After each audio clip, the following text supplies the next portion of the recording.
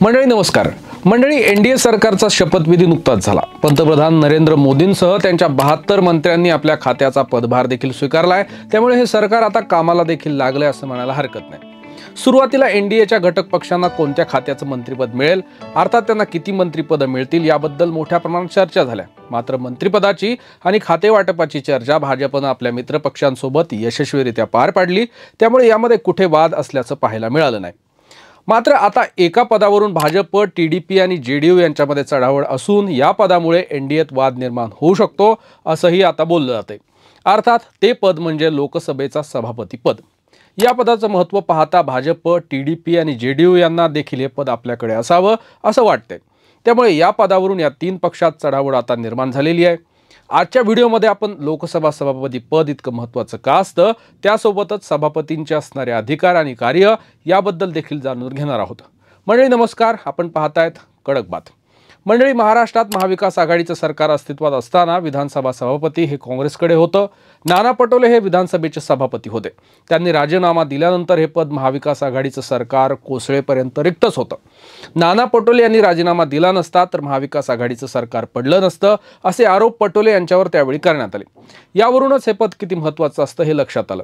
महाविकास आघाडीचं सरकार कोसळल्यानंतर अनेक प्रकारच्या कायदेशीर आणि किचकट प्रकारचे प्रश्न उपस्थित झाले होते। नंतर एकनाथ शिंदे यांच्या मदतीने भाजपनं राज्य सरकार स्थापन केलं आणि राहुल नार्वेकर हे भाजपचे आमदार विधानसभेचे सभापती झाले। त्यानंतर त्यांनी बहुमताचा देखील निर्णय घेतला। तसंच खरी शिवसेना कोणती या संदर्भातला निर्णय देखील घेतला। विधानसभेतल्या सदस्य संख्येवरून निवडणूक आयोगाला त्यांनी सगळा रिपोर्ट दिला होता आणि त्याच निर्णयाच्या आधारे निवडणूक आयोगानं खरी शिवसेना आणि खरी राष्ट्रवादी कोणती असे निर्णय देखील दिले। हे प्रकरण पुढे सुप्रीम कोर्टात गेलं आणि कोर्टाने देखील सभापती यांचाच निर्णय हा अंतिम असतो असा निर्वाळा दिला। त्यामुळे या संसदीय लोकशाही पद्धतीमध्ये विधानसभा असो किंवा लोकसभा यांच्या सभापती पदाला विशेष असं महत्त्व आहे। आता हे एनडीए सरकार असून सर्वांनी मिळून केलेलं सरकार आहे। उद्या काही मुद्द्यावर यांच्यात जर मतभेद निर्माण झाले तर अशा वेळी सरकार स्थिर आहे की नाही यासाठी विरोधी पक्ष बहुमत घेण्याची मागणी करू शकतो। अशा वेळी लोकसभा सभापती हे सगळी कारवाई करत असतात। त्यामुळे विरोधी पक्षाचा किंवा विरोधात गेल्यास आपल्या सदस्यांवर होणारी कारवाई तसंच अपात्रतेची कारवाई होणार नाही असं टीडीपी आणि जेडीयू यांना वाटत असावं किंवा पक्षांतर आणि पक्षफुटी या सगळ्या गोष्टींचा विचार करून संभाव्य धोके होऊ नयेत यासाठी त्यांची अशी मागणी असू शकते असं राजकीय तज्ञ आता मत व्यक्त करतात। त्यामुळेच सध्या सभापती पदाची एवढी चर्चा होते। उद्या सभागृहात एनडीएच्या घटक पक्षांनी सरकारचा पाठिंबा काढला तर अशा वेळी बहुमत घेण्याची जबाबदारी ही अर्थातच सभापतींची असणार आहे। त्यामुळे सभापती हे पद आपल्याकडे असावं असं कुणालाही वाटणं साहजिक आहे। जर भाजपला या लोकसभा निवडणुकीमध्ये गेल्या 2 वेळेसारखं बहुमत मिळालं असतं तर सभापती पदाबद्दल चढाओढ निर्माण झालीच नसती। मात्र भाजपला बहुमत न मिळाल्यामुळे त्यांच्या एनडीए आघाडीतील नितीश कुमार यांच्या जेडीयू आणि चंद्रबाबू नायडू यांच्या टीडीपी तसंच इतर पक्षांना सोबत घेऊन भाजपनं सरकार बनवलंय।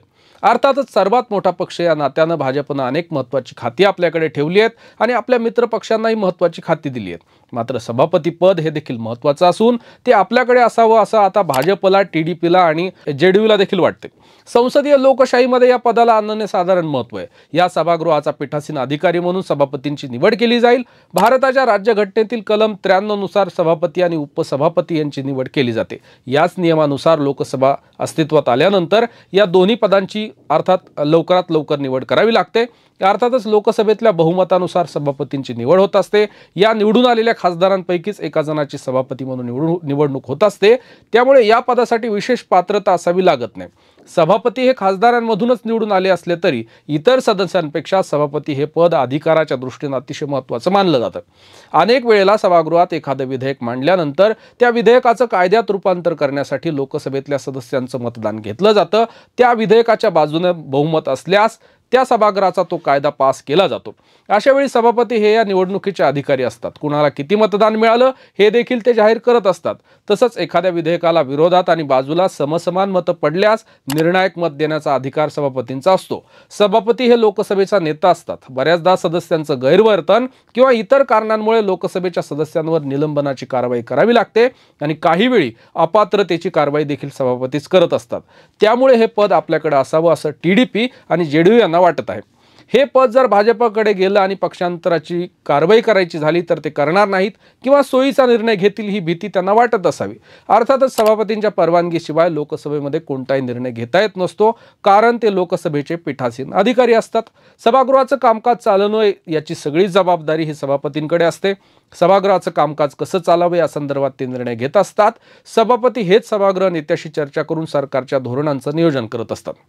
मंडळी, ज्यावेळी सभागृहात एखाद्या विषयावर चर्चा होते किंवा सदस्यांना प्रश्न विचारायचे असतात त्यावेळी सभापतींची त्यांना परवानगी घ्यावी लागते. त्यामुळे सभागृहाचं कामकाज चालत असताना काही नियम पाळायचे असतात आणि याच नियमांवर लक्ष ठेवण्याचं काम हे सभापती करत असतात.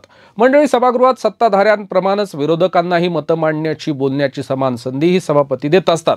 कोणत्याही सदस्याला काही प्रश्न विचारायचे असल्यास त्याबद्दल निर्णय सभापती घेतात. लोकसभेच्या कामकाजाच्या नोंदी घेणं, त्या प्रसिद्धी करणं हे काम देखील सभापती यांचंच असतं. तसंच एखाद्या सदस्याकडून असंसदीय शब्द किंवा वाक्य भाषणातून गेल्यास ते नोंदवहीतून हटवण्याचा निर्णय सभापतीच घेत असतात. सर्वात महत्त्वाचं म्हणजे सरकार विरोधात अविश्वास ठराव हा लोकसभेमध्ये मांडला जातो किंवा मांडावा लागतो आणि ही सगळी प्रक्रिया राबवण्याची जबाबदारी ही सभापतींची असते. त्यामुळे ज्यावेळी विरोधी पक्षातील सदस्य हे अविश्वास ठराव बद्दलची मागणी करत असतात अशा वेळी त्याच्यावर चर्चा घडवून आणणं ही अतिशय महत्त्वाची जबाबदारी ही सभापतींची असते. सभापती हे बहुमताने निवडले असल्यामुळे ते सत्ताधारी पक्षातूनच येत असतात. त्यामुळे सत्ताधारी पक्षाला सभापतींच्या मताची गरज फार कमी वेळा पडत असते. मात्र एखाद्या वेळी असा प्रसंग घडून आल्यास सभापती आपलं निर्णायक मतदान करत असतात. सभागृहाचं कामकाज चालवण्यासंदर्भात नियम हे राज्यघटनेतील 10व्या सूचीमध्ये निश्चित केलेले असतात. त्यातच सभापतींचे देखील अधिकार स्पष्ट केलेले असून त्यानुसारच त्यांना कार्य करावं लागतं. 1985 साली 52वी घटना दुरुस्ती करण्यात आली आणि पक्षांतर बंदी कायदा करण्यात आला. याच घटना दुरुस्तीनं सभापतींच्या अधिकारात वाढ करण्यात आली आणि पक्षांतर करणाऱ्या सदस्याला अपात्र ठरवण्याचा अधिकार हा सभापतींना मिळाला.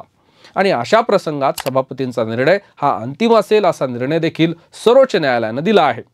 पक्षांतरामुळे सभागृहातील संख्या बदलू शकते. एका पक्षातून दुसऱ्या पक्षात अनेक सदस्य जाऊ शकतात आणि त्यातूनच सरकार देखील पडू शकतं. आणि हेच होऊ नये म्हणून सभापती हे पक्षांतर बंदी कायद्यानुसार अपात्रतेची कारवाई करत असतात.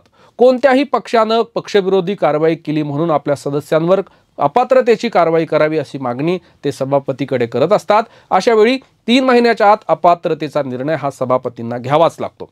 जर असा निर्णय त्यांनी घेतला नाही तर ते पक्ष हे सर्वोच्च न्यायालयात या संदर्भात विनंती याचिका देखील दाखल करू शकतात.